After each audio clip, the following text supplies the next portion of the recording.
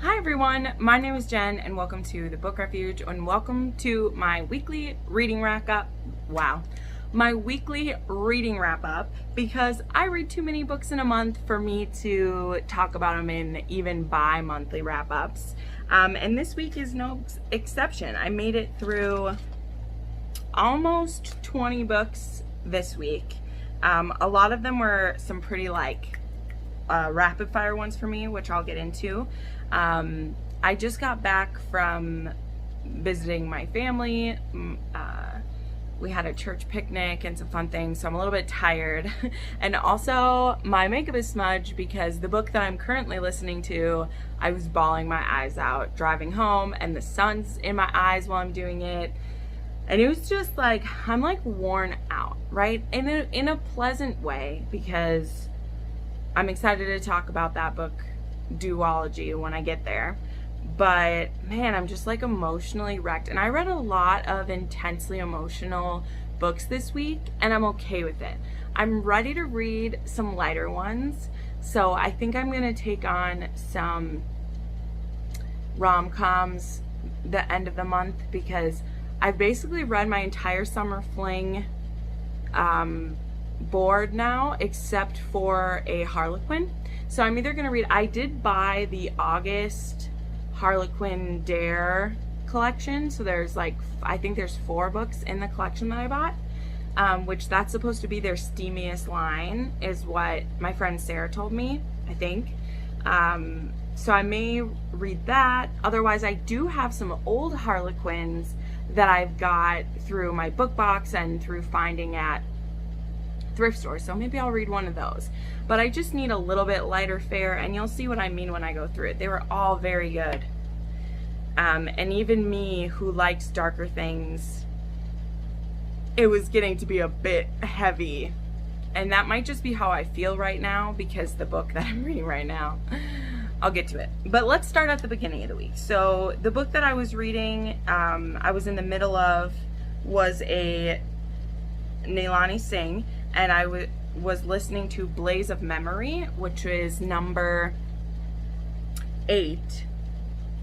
Yes, it was number 8, because remember I skipped from book 6 to book 10 because I really wanted to read about that couple, and then I went back and listened to 8, which was 2 non-changelings, which was why I didn't want to read it at the time. But this one was between Devron Santos, who runs this organization that helps protect a certain group of Psy who have escaped the Psy net in a certain way. I won't go into too much detail about this. And then a woman who's lost her memory because one of the Psy council is using her as a weapon. But he's removed her memory so that she can't know what her orders are until her body makes her do them. And it was really good. It started out really slow for me. I didn't think I was gonna like it, but I was like, I don't want to skip a full 3 books and not find out what happened in there. And I really enjoyed it. And I still ended up giving it a 5. It was very emotional and beautiful. I'm not always a huge fan of amnesia stories, but they managed to still have a really tight bond, even though they weren't connected through a mating bond. And the final confrontation that causes our heroine a lot of problems, I don't want to spoil it, I was very engaged. And the way that that problem gets fixed was amazing, because I've said this before, one of the things I love about fated mates is when there's a fated mate, whatever problems, whatever drama we're having, the mating bond is the answer to it in a lot of ways. In IAD, oh, I can't do any of this except with my mate. In the changelings, oh, I'm not going to be safe outside the Psy net with anyone except my mate. So that mate is always the loophole. Well, in this case, they're not fated mates. They don't have that mating bond that you have with one of the changelings that can help solve your problems. So the way that the problem was solved for this couple, I thought was really inventive. So great job, Nailani Singh. You're awesome. Then I read number 9 in the series, which was Play of Passion. And so this one was about 2 wolves, actually. So this was about Brenna's middle brother. Is it the younger brother? I think it's the younger brother. But he is one of the, like, he's a hunter. Like, they're all hunters because they're wolves.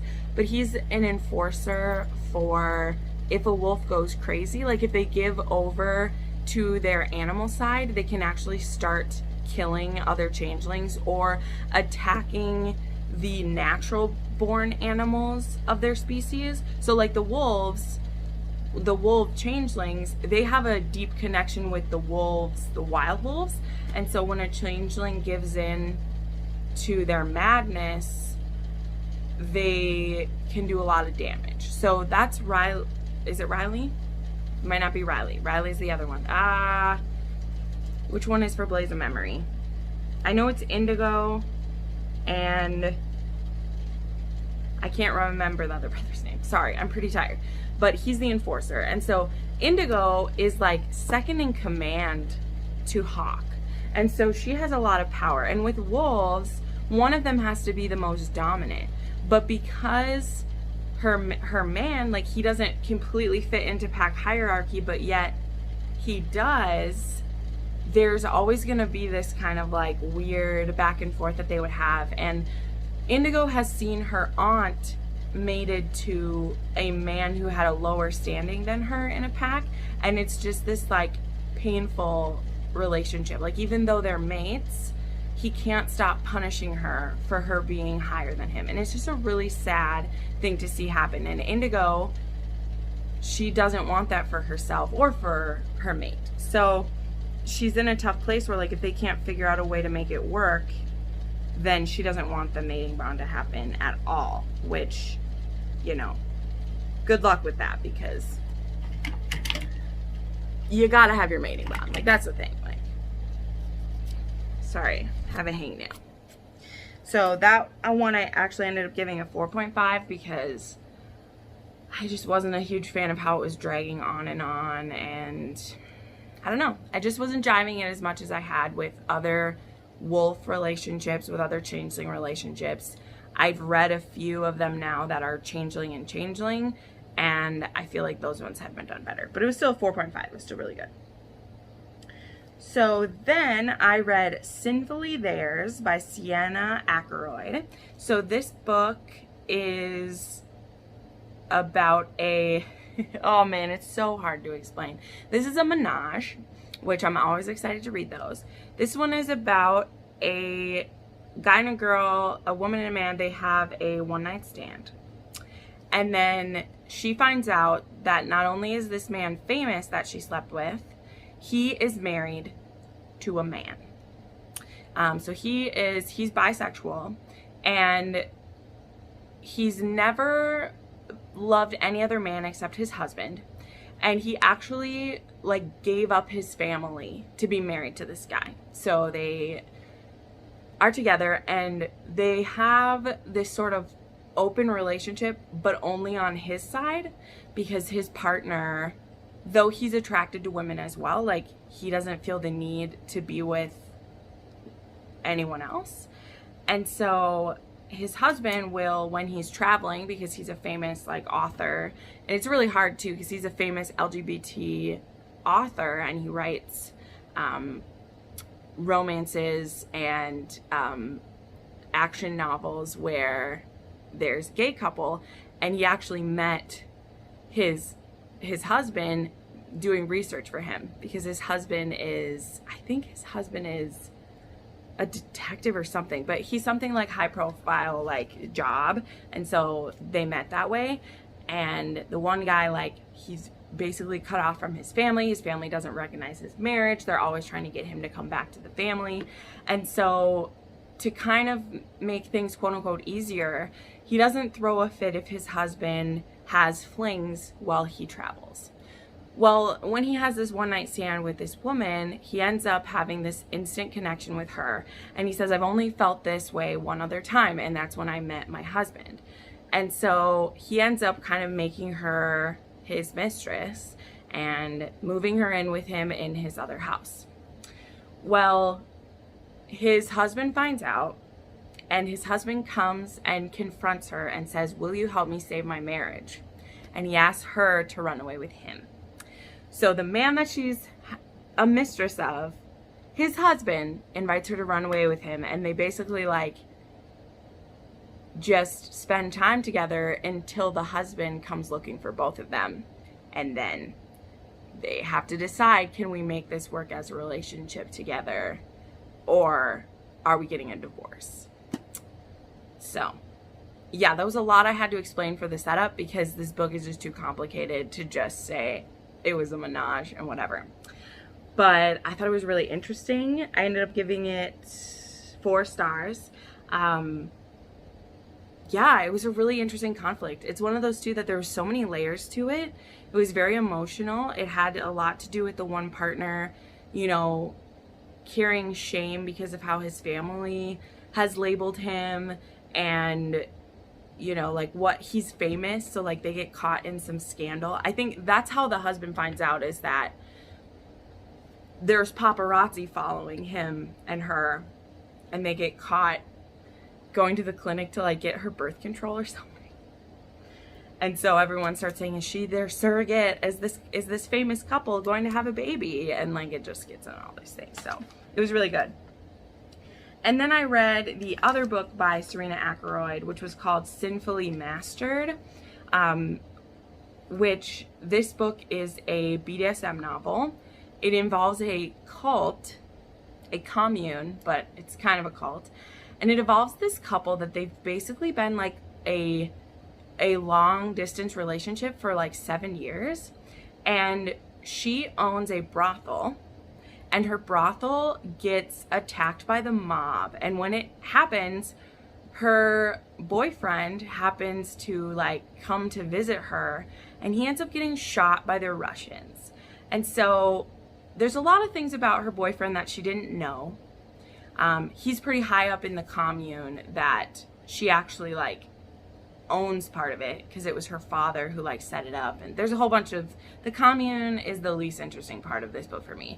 But basically when he gets shot and almost dies because of her, he lets some of his tendencies out. So he is a dominant. This is a BDSM book, I think I said that. And he hasn't been living that life because he thought she didn't want it. And she's actually been begging for, not begging out loud, but like begging with her actions and the things she does, that she really wants someone to help her get in control of her life. And so it was a little hard to stomach, in the way of like, he basically like snaps and is like, I'm gonna be in charge of you, or we're breaking up and I'm never seeing you again. So it's one of those where like, I love these situations, but they're the hardest ones, because she doesn't think she wants someone in control of her. She doesn't want this, but she feels guilty for almost getting him killed, and she wants to give it a try, and she is intrigued by the lifestyle because it's interesting to her.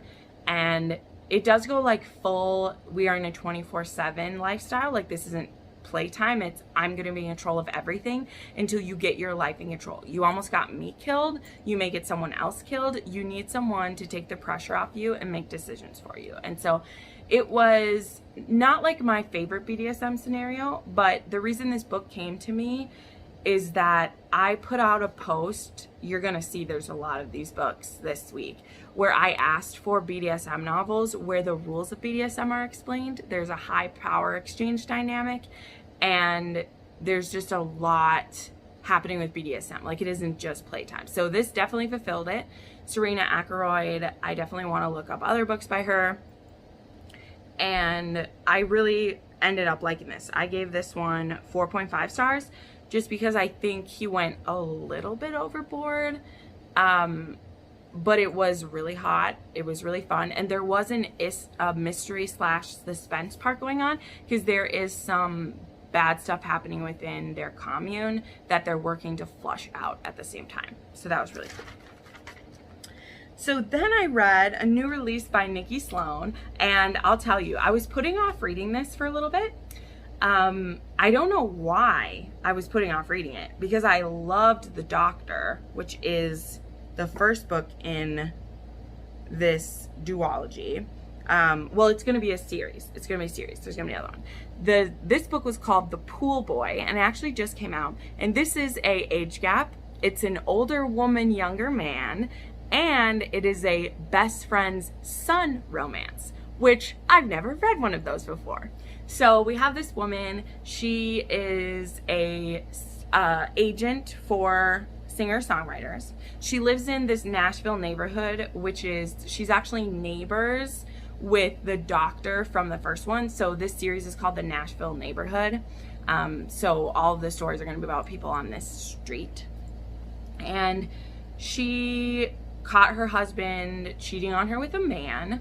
And so they finally have gotten divorced. She has gotten in better shape. She got herself a boob job. She did a bunch of things to make herself feel good. And she's like ready to get back out there. She is, I think, like 41. And she's ready to get back out there. Her best friend's son has been her pool boy for the last like year or so. And he has secretly had a crush on her for the last 5 years. He's 24, so he's not a baby or anything, but he's 24 and he's had a crush on her for a while. And one day she ends up taking the day off of work, and so she's there when he comes to clean her pool, and she's actually nude sunbathing.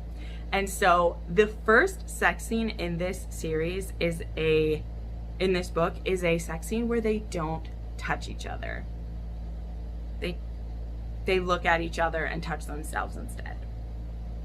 And it was amazing. So that happened. But this book was so good. Her books are never long enough for me. Damn it, Nikki Sloan, write me a long book, okay? Write me a longer book, because it was amazing and I wanted more. And he's also a musician, and he's sexy and amazing, and he makes her feel good about herself, and I loved it. I really, really, really did. And so we get to see, so he's actually best friends with the character from the last book, Cassie, I think her name was, her ex-boyfriend, who's her boyfriend's son. Like, it's, you'll see it when you read it. If you read it, they're all connected. So then I read this trilogy by Stacia Black that was called, I can't remember what this trilogy, I think it was called Stud Ranch, okay?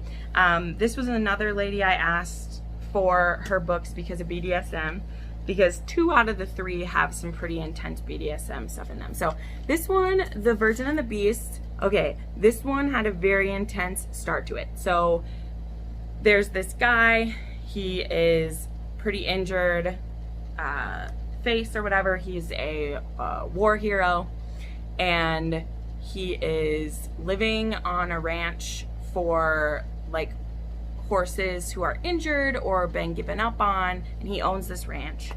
And for some reason, he needs an heir, and we don't know why, but we do. And this woman's father ends up owing him a favor, and he says, I need an heir, so I want you to give me your daughter, and she's gonna enter a contract with me to live with me until she has my baby. Yep, it's a weird setup. And she's a virgin because it's called The Virgin and the Beast. I think I said The Virgin and the Rogue. It is not the Sophie Jordan book. This is a Stacia Black book.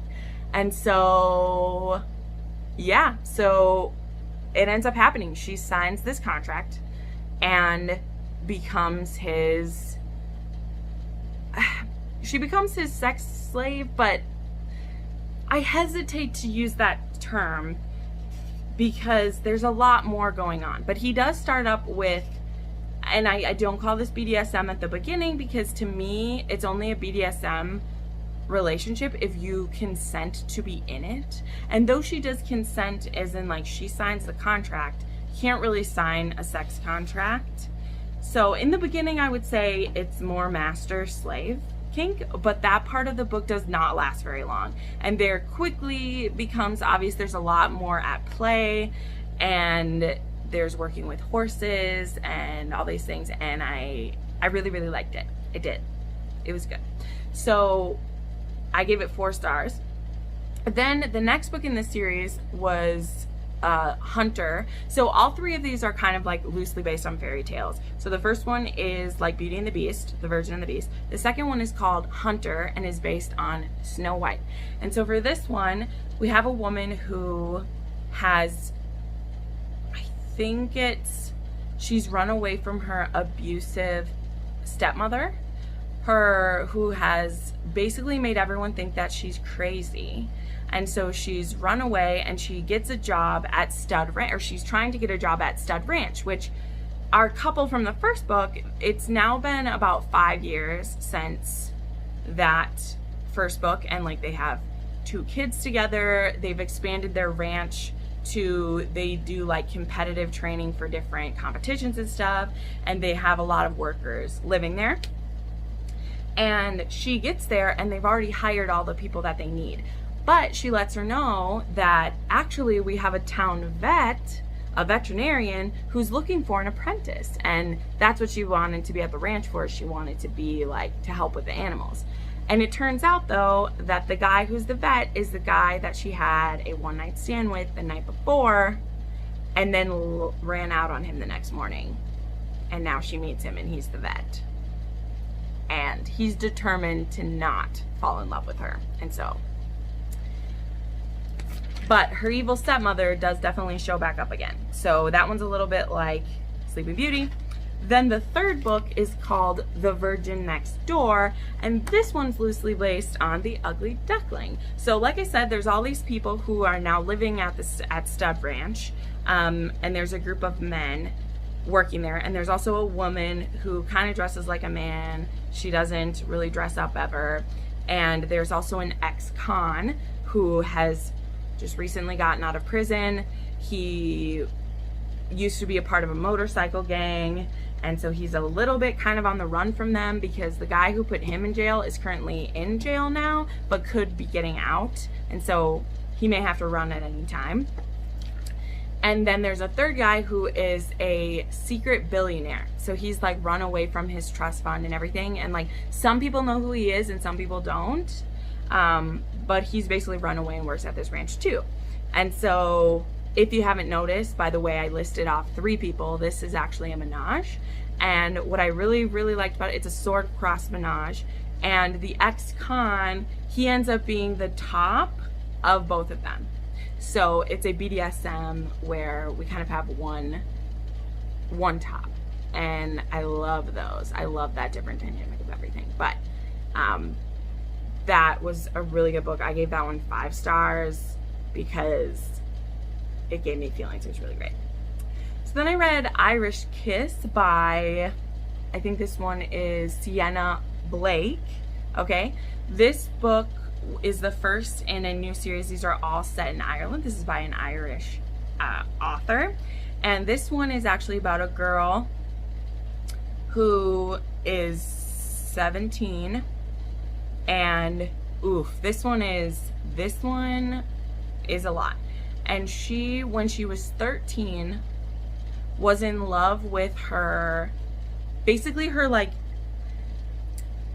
it was called like a JLO officer or something, but he's a cop who like looks after juveniles who are juvenile delinquents. And so this girl, her mother was a prostitute and her dad is a like drug lord basically. And so she's been, you know, in and out of group homes and foster care. And when she was 13, she really fell for her JLO, who he was only 23 at the time. And she actually like tried to kiss him when she was only 14, tried to kiss him. And so he was having feelings towards her too. And so he was like, nope, this is not good. I'm moving on. And he dropped her and left. And now 4 years later, he's back in that town again. And she's now 17, almost 18. And he is her JLO officer again. And now this time he's not married. And he starts to kind of actively pursue her. There's so much more going on in this story. I gave this one 4 stars as well, just because it was too long. This was 600 and some pages. And granted, I understood why the love story is drawn out because in the beginning, she's only 17 still. but also is very dark. Her father ends up getting out of prison and he tries to rope her into cooking meth with him because she's going to school to be like a chemist, and you know, it was a little bit of Breaking Bad action happening, and it was very intense. But it was an age gap, it was a person in authority over someone, and it was really wow. And so there's a whole series, there's like 7 books in this series. I'm planning to read some more of them. So then I read Run Baby Run by Margot Scott. I had an arc of this. This book already came out though. It came out on the 20th. This is about a girl named Tegan, and she has just aged out of foster care, and she could technically be at this one group home until she's 21, but she doesn't want to do that. And so her caseworker asks her brother Jonah if Tegan can stay with him and like get a job and like live with him. And so, okay, so this is a short novel. It's a daddy kink novel. And the first night that Tegan stays at Jonah's house, she slips in the shower. He thinks she's hot right away. She thinks he's hot, all that jazz. He's 35, she's 18. She slips in the shower and he comes in to help her. She's naked. He sits her down on the bed and is like rubbing her sore bruise that she got. And then she slips out that she says something like wanting to call him daddy, and he's like, you could definitely call me daddy if you want to. And they immediately slip into a daddy and little situation. This is a novella. It can happen that fast. They are immediately obsessed with each other and everything happens within like a week, and it's crazy. But it was a novella, daddy kink novella. It gets right to the point. I only gave it 3.5 stars because I do believe that even when a book is a novella, you can still show time passing. Katie Robert does it all the time. I've seen it done by others. My biggest issue, and I put this in my review of it and my feedback to the author, is that it can still have been the same amount of pages, but they could have moved in together. Him thought she was hot, she thought he was hot, and then say, and we lived on pins and needles for a month or two, always flirting and da-da-da. And so then they've gotten to know each other and trusted each other a little better. Instead of, she's literally there 2 hours. 2 hours, guys. And she slips up that she wants to call him daddy. And he's like, you bet I'll be your daddy. Let's have sex right now. I'm not saying that daddy kink is supposed to be believable all the time when you read a story like that. But I was like, man, you could have spent one sentence and said that this happened a month into her living there.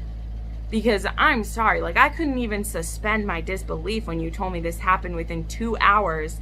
This girl, because he's hot and lets her call him daddy, is willing to open her legs for this guy and jump into a DNS relation, like, or a daddy and little relationship with him.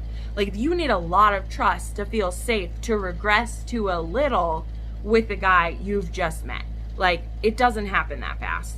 And even in a case where it's a novella and it's a fantasy, I needed you to have it have been a couple months. Like, just add one line. Just that, like, one line that says, she lived here for a month and not really much happened, but I was really, my feelings were building. Like, come on, just give me a sentence. And it, pardon me, like, would have made it all a lot more believable. You know what I mean? Okay, so then I read The Black Lion by Jude Devereaux. This is a historical medieval romance. It is considered a pretty popular one. I heard about it on Sarah McLean's podcast Fated Mates, and I really wanted to give it a go.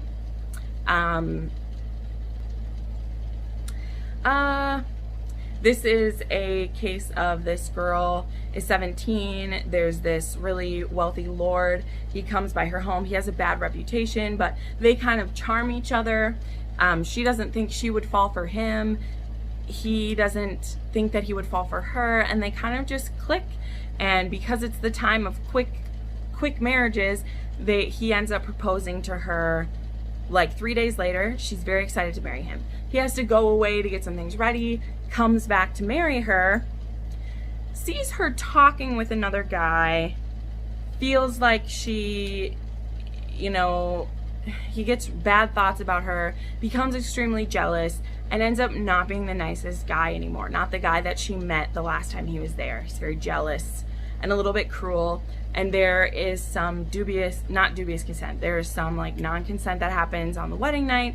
And so most people, you know, you want to pitch and burn this book. However, I go into a full rant about this in my Historical Romance 101 video. It's coming out the first week of September, I believe. So check that out because I'll explain much more about what I mean. But I did only give it 3 stars.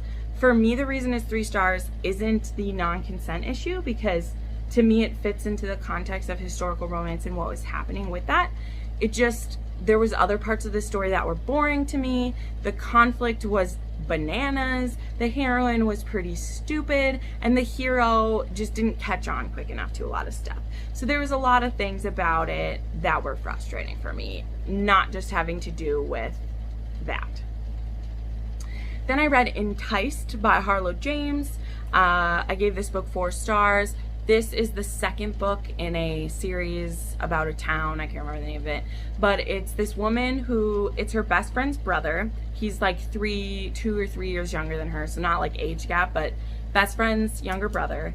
And she gets attacked in her office by an employee who had just been let go for reasons. I don't know if he embezzled or like what the thing was. And her best friend's younger brother is a police officer. So he's the first one in the room as the guy literally is about to penetrate her and rape her. He's already beat her up. And so he's the one, he shoots and kills this guy because that guy has a gun. He has a gun pointed at her and he shoots, I think Tyler's his name. I can't remember his name. He gets like shot in the arm, but he shoots the guy who's about to rape her and kills him. Or maybe doesn't kill, I don't know, but he's gone. We don't see him anymore. So now it's 3 months later and she's been drinking a lot. She's having problems dealing with her trauma and he's the one everybody calls to pick her up. So when she's drank too much, he will go and pick her up and bring her home. And she's always just thought of him as her brother, her friend, her sisters, her best friend's younger brother. Oh my God, I can't talk. I told you I'm tired. And he's always had feelings for her, but he won't just be a one-night stand to her. So it isn't until there's a bachelor auction and she can't imagine anyone else taking him home that she decides to buy a date with him and they decide to give it a go. This one was really sweet. I thought he was a wonderful guy. I gave this a 4-star though because again, like, he was drawn out a little bit too much and the conflict was frustrating. It was frustrating. Then getting back into some of the BDSM that I asked for. So I read the first 3 books in Masters of the Shadowland by Charisse Sinclair. And I enjoyed all of these. I gave them 4, 4, and 4.5 stars. Again, this is from the post that I put in a Facebook group asking for BDSM where like the rules are very well explained, as well as aftercare is shown, and just the whole aspects of BDSM are laid out very well for beginners, because I like to be able to suggest books to you guys if you've never read a BDSM novel that give you clear rules about safe, sane, and consensual. Because right, I read a lot of CNC, consensual non-consent, as well as non-consent, because I like reading slave master fic or captor captive fic, and that's not healthy. And so I want to have good recommendations to give people if you want to know about those kind of things where it's in a safe and consensual situation where safe words are used and protection is used. So Masters of the Shadowlands is about Club Shadowlands, which is owned by Master Z, who we meet in the first book, and he runs it, and so we get to meet like the different doms and the different women that they end up in relationships with. So that's really what all 3 of them are. Like all the one woman, she accidentally ends up there. So that's the book where they're really explaining everything that happens, because she's the first one. Like her car breaks down and she ends up there. And Master Z, he is a little bit like he's like an empath. He can read people's emotions. And so he realizes she's intrigued by what's going on. And so he gives her a tour and then asks her if she wants to know more, and it goes from there. And then Dark Citadel and Breaking Free are along those same lines. Like, there's a woman who's been in an abusive BDSM relationship, and she's looking for a stable one. And then there's a woman who she is wanting to get into BDSM, and so she goes there the first night with a date, but he's not a good dom, and so she gets given one of their really popular doms who's an expert to kind of, you know, show her around, because that's what she wanted. She was curious about it, and he's someone safe that she can test it out with. Then I read Touch by Cara D. This is a short story collection. It is about another club, and it's about a bunch of different relationships. Like, it would take a lot to get into it. The entire thing, like, there's 6 novellas, and then in between there's someone else's story that's being told as well. So there's a menage where we have a couple, they're a dating couple, and they're both submissives, and so they end up getting a dom who will top both of them. That was my favorite story in it. The first one is about the owner of the club, and he's a daddy, and he ends up finding a little in his current girlfriend's like cousin or something. And so he ends up breaking up with her and ends up dating her. So we see them throughout the story. There is a man who, he is kind of ashamed that he wants a relationship with both a man and a woman. And so he's actually in the BDSM relationship because he wants to be abused. And that's just so not good. That's just so not good. But in the midst of it, he ends up finding a couple who like really love him. And I love it so much. So it was like 710 pages because it has all 6 of the novellas as well as the interspersing story. And it was a really good time. I really enjoyed it. I cried a couple times in that one. It was good. Then I did a reread of Dark Notes by Pam Godwin. I listened to it. I bought the audio for this, and I listened to it, and my friend Bree from In 11 Words, I convinced her to read this one after she read Sea of Ruin by Pam Godwin, and she loved it. And I was like, okay, now that you love Sea of Ruin, please read Dark Notes, because not enough people have read Dark Notes.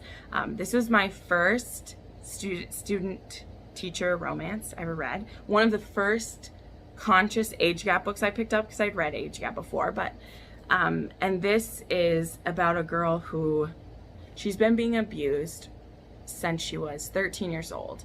She feels that she has no choice but to sell her body for things because her mom and brother aren't taking care of her. She is at a prestigious music school and she needs to do perfectly so she can get into the college of her dreams. And then she gets a new music teacher who wants to challenge her and help her, and he starts to fall for her, but she's only 17 and he knows that it would ruin his life.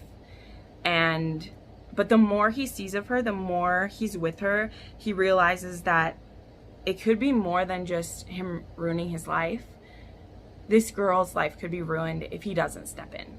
So Emmerich is his name, and he's into BDSM, and this was the first BDSM novel I ever read that showed me how BDSM could save someone, because Ivory thinks a lot of bad things about herself, and Emmerich sees her and sees someone with so much potential, and not only just because he thinks she's beautiful, obviously that's his first thing, is he's attracted to her, but she's so determined, but she doesn't like believe that she's worth anything.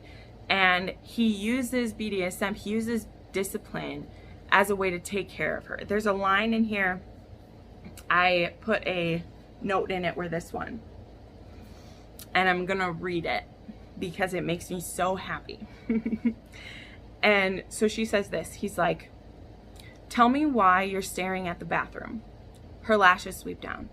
"I would really like to take a shower because," he says, "I'm dirty." she whispers. And he says this, "You know what happened the moment I ripped Prescott out of that car?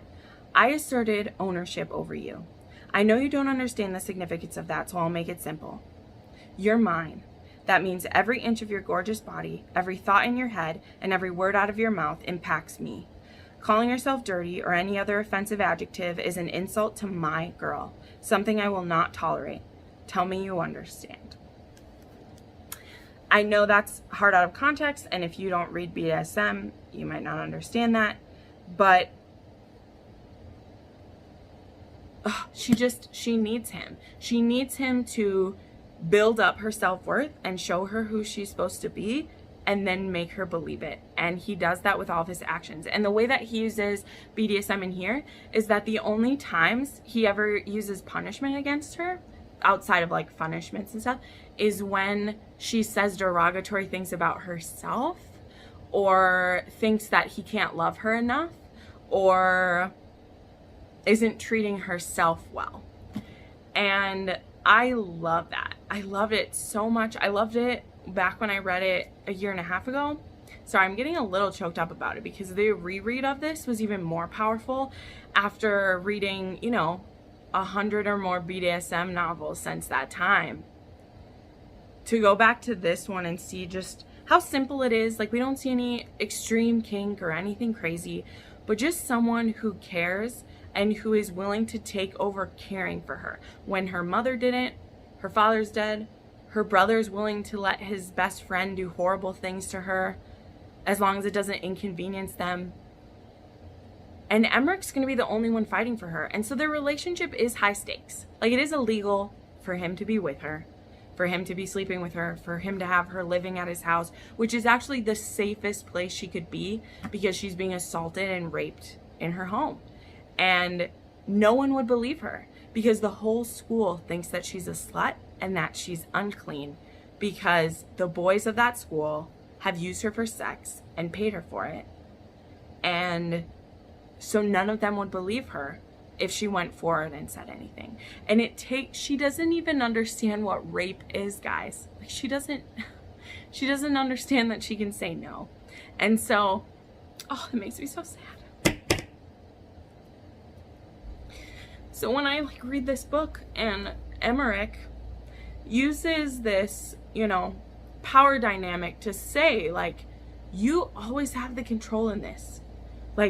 You can't just say, no to me because, you don't feel like it. But not for sex, I mean, for other things. Because there's more going on in BDSM than that. But you always have the control. If you say your safe word to me, everything stops and you can explain to me what's going on. And I will always listen to it, no matter what else is going on. But the thing is because she said no and she screamed in these things, he explains why a safe word's important, because she doesn't believe that her no matters anymore. So he's you can't just say no to me because you don't believe that no will work. And even though I would listen to it, you need more than that. You need to be retaught the power you have over your body. I'm ranting about this book. I love it so much. I love it so much, guys. If you like age gaps, if you like a little taboo, if you've never tried a BDSM but you like age gap, you really should try this book. It is so beautiful. It doesn't have the miscommunications that other stories might have like this. It does have conflict, most of it coming from the fact that in the beginning he is dating an underage woman and a student. That's the conflict. And that's a big conflict. But Emmerich is the most amazing dom I've probably ever read. And the things that he does for this girl are so beautiful. So whenever I read it, I cry so much. And I annotated it this time, and I had a really wonderful time doing it. And Bree, thank you so much for reading it with me. It was time to do a reread, and I hope you loved it as much as I did. So just 2 more books to talk about. Oh my gosh, this is so long. This one will be quick. I read Lady Be Bad by Megan Frampton. I listened to this on Audible Escape. This is the first book in the Duke's Daughter series. We have this girl named Lady Eleanor. She's supposed to marry this Earl, and this Earl doesn't have time to woo her, and she said she wants to be wooed before she gets married. Her family has a ruined reputation because one of her younger sisters ran away and got married without permission. But she is not going to rush into anything. So the Earl's younger brother, Lord Alexander, decides that he will woo her for his brother. And of course they fall in love, and it was cute. I gave it 4 stars. It was fun. All right. So then I read Sempre by J.M. Darhauer. And there's a lot, man. I could talk so much about this. This is a mafia story. This is a inspired by Twilight story. This is almost Twilight fan fiction. Not quite. I would say it's more of a inspired by. And amazingly enough, I think it fits in an amazing way. Because when you think of the Volturi, big bad, ever powerful, long memory, long lasting, Italian, you can sub that in for mafia real easy. They're always watching you. If you spill the secret, if you open your mouth, will come for you. Very Volturi, very Volturi. We have a doctor and his 2 sons, and we have a slave girl. She's a 2nd generation slave, and at the beginning of the novel, Dr. DeMarco buys her from her current owner and takes her home with him. And he slowly starts to change her life, but he still keeps a heavy eye. He puts a tracking chip in her, and he says, this isn't going to be the same life you had before, but like, I don't care if it's easy for you or not. Dr. DeMarco is a very layered and serious guy. There's a lot going on with him. His youngest son, Carmine, starts to have a relationship with Haven, is her name. This girl is very broken. Again, she's been a slave all her 17 years. She's been traumatized, she's been abused, she's been malnourished, and she has a secret heritage that we don't know anything about, really, in the first book. Her and Carmine start to have a relationship. His father warns him. He's like, I'm not going to put a stop to this, but I'm telling you, like, let it run its course. Have your time with her, have this new experiences, but then you're going to need to let it go because this isn't going to end well if you fall in love with this girl. All right, that's enough what the story is about. This is more almost YA. There's some violence. I'd say it's new adult. I've heard people categorize it as new adult.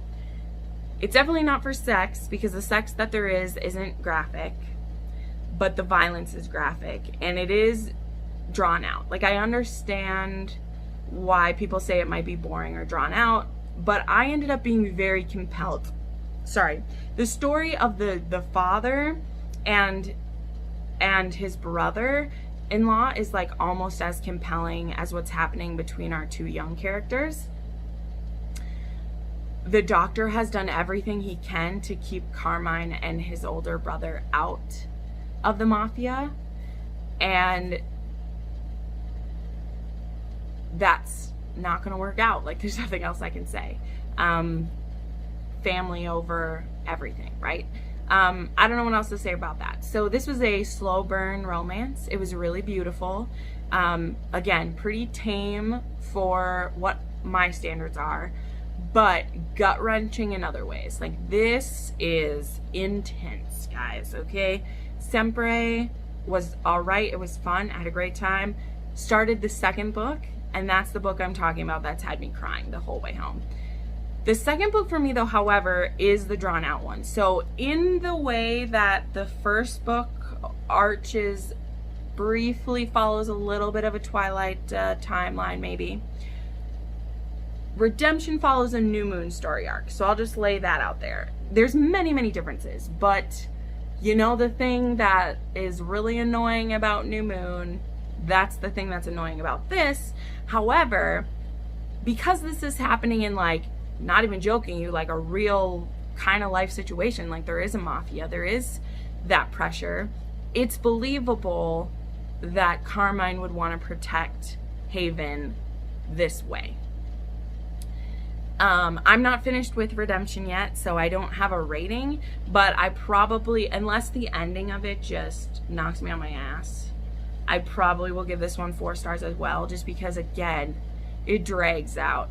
Both of these books are over 500 pages, and the first one, it worked for me because there was like mystery stuff going on, and you know, once I got over the fact that we're not here for the hot and heavy relationship part, like this is a story we're telling, it was really good. It was really good. And so a lot of people like who saw I was reading this are like, oh, I can't wait to hear your opinion.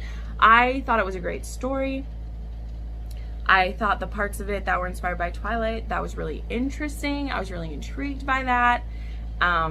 When I saw which parts she takes from it and which parts she doesn't, I really liked that.